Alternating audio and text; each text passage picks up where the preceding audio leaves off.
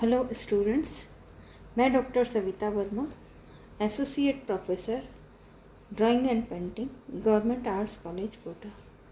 Students, आज हम पढ़ेंगे मॉडर्न आर्टिस्ट, यथार्थवादी और impressionism and romanticism artist Daumier को। दोमियो का जन्म 26 फरवरी 1808 में हुआ एवं मृत्यु 10 फरवरी 1879 में। दोमियो का जन्म मार्सेलीज में हुआ था और बचपन से ही अपने पिता के साथ पेरिस चले गए थे। आर्थिक विपत्ति आ जाने के कारण इसे अल्पायु में ही भरण पोषण की चिंता करनी पड़ी। बचपन से ही उसे चित्रकला का शौक था और गंदी गलियों के वातावरण में जब कभी उसका मन दुखी होता था तो वह लुव्र संग्रहालय देखने चले आते थे। उसे न कोई कला की शिक्षा देने वाला था और न ही अच्छे बुरे चित्रों की पहचान बताने वाला था, किंतु जिन चित्रों में उसने जीवन की पीड़ा का मार्मिक अंकन देखा उन्हीं की ओर वह आकर्षित होने लगे। उनका चित्रकार था रेम्ब्रांड।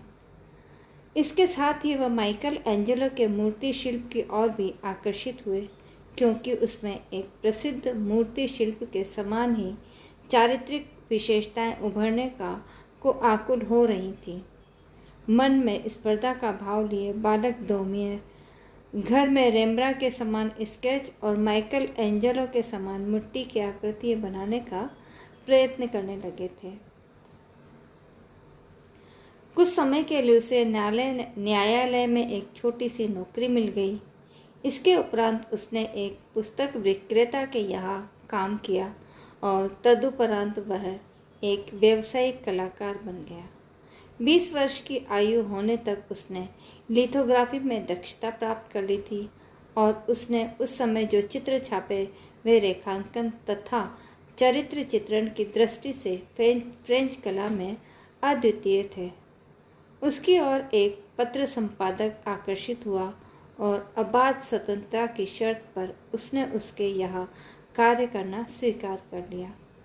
उसके व्यंग्य चित्र साप्ताहिक रूप से छपते और उन्हें देखकर ऑर्लियंस के राजनीतिज्ञ तथा राज्य के मंत्री तिलमिला जाते। अपने व्यंग्य चित्रों के कारण उसे जेल यात्रा भी करनी पड़ी, किंतु उसने कभी उसका दुख नहीं मनाया। वह विभिन्न पात्रों के हेतु व्यंग्य चित्र बनाकर ही अपना जीविकोपार्जन करता रहा। नगर के बहुत पुराने भाग में वह अपनी पत्नी के साथ रहता।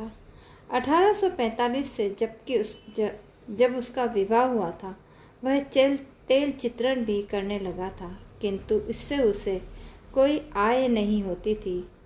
शाम को थक कर वह बाहर नौका, मछुआरों तथा धोबियों को खिड़की से ही टकटकी लगाकर देखा करता था। उनके हेतु उसके हृदय में अपार संवेदना थी। अपने अंतिम समय तक उसे इन दीनहीनों का ध्यान रहा।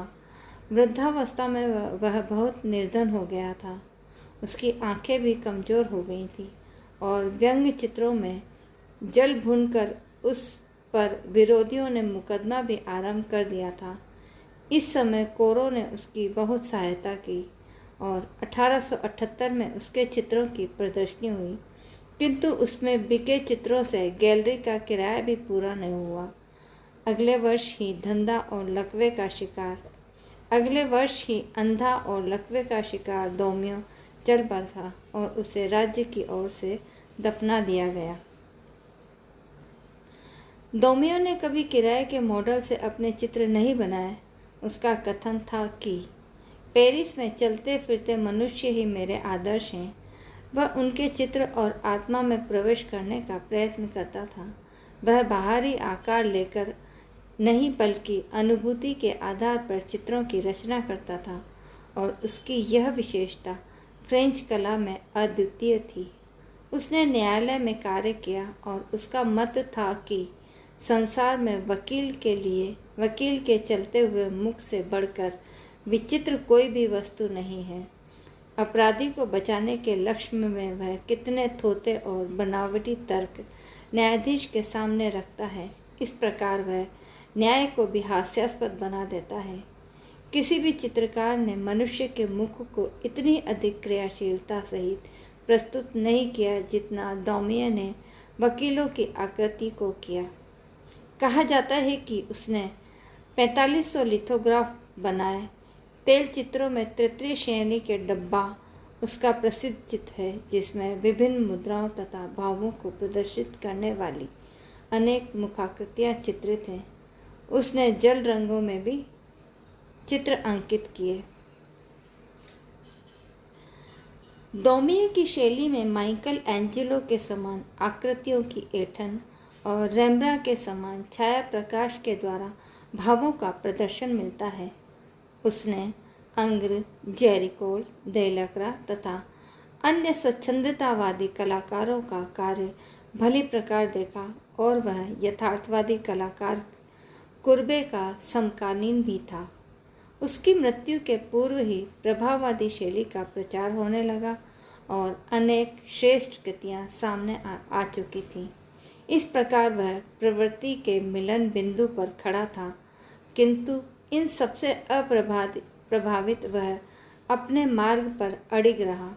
गरीबी और अत्याचार के खिलाफ समाज पर व्यंग करने में उसने लिथोग्राफी का प्रयोग गोया से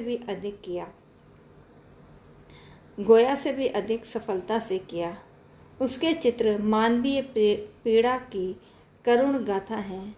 मुखाकृति की व्यंजना, मुद्रा एवं मानसिक द्वंद्व को प्रस्तुत करने में वह बेजोड़ है। दौमिया ने यथार्थवादी शैली के हेतु दैनिक जीवन के सर्वसाधारण विषयों के आदर्श उपस्थित कर स्वच्छंदतावाद को यथार्थ में परिणत होने का अवसर प्रदान किया। मध्यकाल के उपरांत काल में जो मानव मूल्य स्थापित हुए उसमें उसका योग सबसे अधिक है। जैसा कि मैं पहले भी बता चुकी हूँ, व्यंग्य चित्रकार के रूप में उसने कार्य किया। उनकी फेमस पेंटिंग है तृतीय श्रेणी का डिब्बा। यह उनकी सबसे प्रमुख पेंटिंग है, जिसको मैं पहले भी बता चुकी हूँ। Thank you.